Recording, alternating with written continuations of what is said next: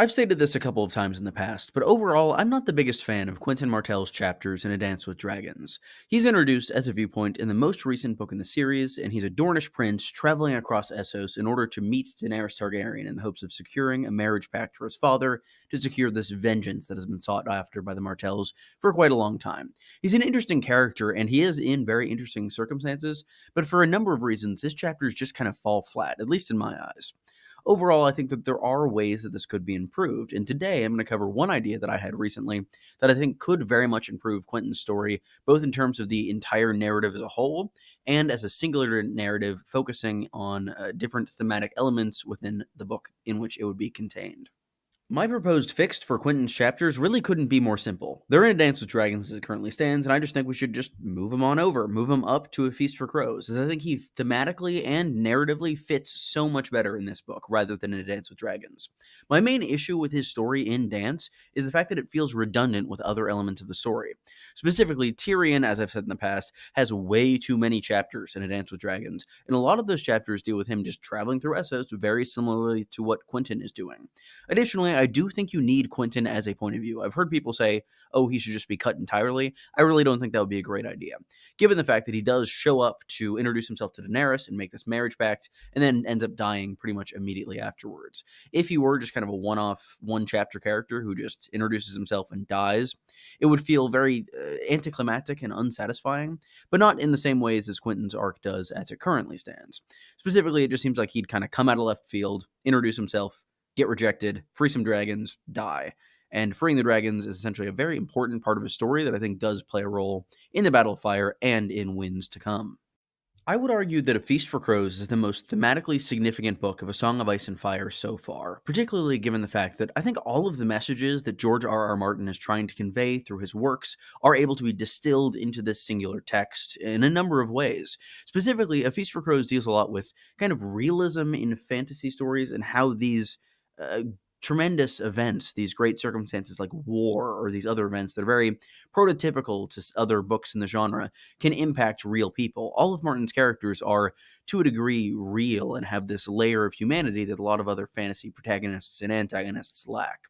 A Feast for Crows deals with that a lot as it conveys the massive scale of the destruction that these cataclysmic wars can bring upon everyday people and the individuals who fight them. I think that Quentyn Martell fits in a lot better in that regard in Feast as compared to Dance, as those themes aren't as present in Dance, I don't think. I think that Quentin's story is as close as we get in Ice and Fire to a prototypical hero's story, and I'm not the first person to say this. He is a prince going across the sea to try to sway a magical foreign princess in order to aid his homeland and bring justice and honor back to his family name. It's a very classic fantasy story, and I could see it in a number of other things. However, we see the ways in which this fantasy story kind of conflicts with the realism or realism to the world that he's created, at least, that Martin has created in Westeros and in Essos. And I think that clashing of ideas just fits so much more in A Feast for Crows, while having the added benefit of removing any redundancy with Tyrion's story or with Jon Connington's story, as both of them are also traveling through Essos. What's more, it's always stood out to me as odd that in A Feast for Crows, we are removed from so many of our central protagonists. Jon, Tyrion, and Dany, none of them appear as point of view characters in this one book in the series. However, Jon does still appear. He is in Samwell's first chapter at the Wall, and he does play a pretty pivotal role in that specific chapter. I always found it weird that Jon appears as a non-point of view in a chapter, but Daenerys doesn't. I get that all of the point of views at this point in A Feast for Crows are tethered to Westeros, but given that Jon and Dany are the ice and fire in the series' name, I think it should kind of have balance. I think if there is an appearance of Jon in a book, it would probably be best for that to be mirrored by a Daenerys appearance in that same book. And that's partly why I think Quentin's story is such a great addition to Feast. That way we do get a glimpse into both what's going on in Essos and what's going on with Daenerys in Feast, rather than having it all be a kind of mystery that is never addressed over on the other continent. It is something that we would have some little window in. It would open up so many like little mysteries for the gap between Feast and Dance that doesn't exist anymore, but would have existed for that 6 years before Dance's publication. I think it'd be really cool to see people through that light and to have the only appearance of Daenerys in this book be from Quentyn's perspective. Imagine arriving with him in her court and finding that, oh, what? She's stayed in Meereen this long? She's marrying his daughter? She's reopening the fighting pits? And then what? She vanishes on her dragon? What's going on with Daenerys? I can't wait to read her story and dance. I think you could make this transfer of Quentyn's chapters from Dance to Feast pretty one-to-one. I would beef up one of his chapters, that being the Spurned Suitor, as it is very short in the original text, and I think it could be added to include the actual meeting with Daenerys, assuming we're not getting her perspective on it as we do in Dance. It could be cool to have that chapter from two different perspectives, as we see with Sam 1 at Feast for Crows and Jon 1 at Dance with Dragons. So additionally, I think that that is something that really shouldn't be worried about in terms of actually making this change. The one argument I'd seen brought up against this idea was the fact that it would ruin Ariane's story, as a massive portion of that is the kind of mystery of what's going on with Quentyn. She doesn't know, she thinks that he is stealing away her birthright via Duran giving it to him instead of her, and keeping that mystery for her chapters is quite crucial. Overall, I think that that's a fairly easy fix as well. All we have to do there is move the Dornish stuff to the first half of A Feast for Crows, which all of it is except for the Princess in the Tower. So just move the Princess in the Tower back, and then I think immediately after that, follow it with the Merchant's Man, and then sprinkle in Quentyn's chapters throughout the rest of Feast. I think that the Dragon Tamer would be a really cool semi-final chapter for Feast, to have this singular mystical element pop up in this book that has very, very little mysticism in it otherwise. I think that it overall could improve the pace of Feast a fair bit.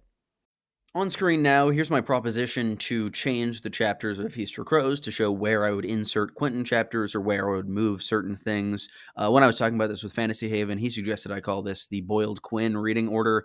I'm not sure on that name, don't boil me, but I do want to try reading Feast in this order in the future. I think it could be really rewarding, and I think it could really improve Dance.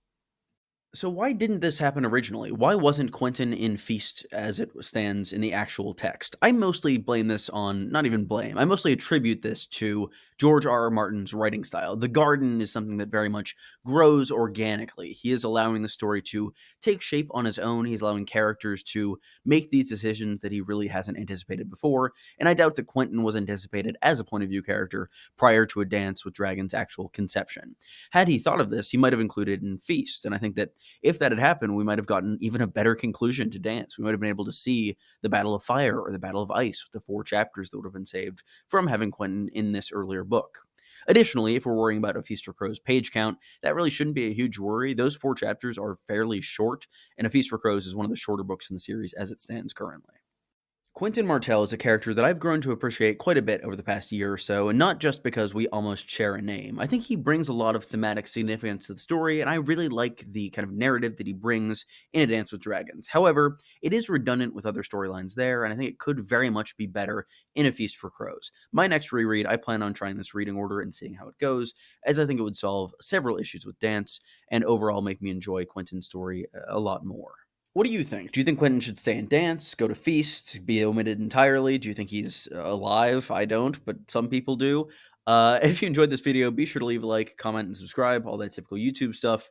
This has been a bit more off the cuff than my typical fare. I am currently in the middle of midterm season, if I could speak, at law school, and it is kind of kicking my ass. But other than that, I think that things are all going well, and I should be back on track with another scripted video next week. I'm working on one dealing with the characters that were omitted from Game of Thrones who do exist as Song of Ice and Fire and what makes them so great. So thank you all so much for watching, and I hope you have a great rest of your day or night or whatever time it is when you're viewing this.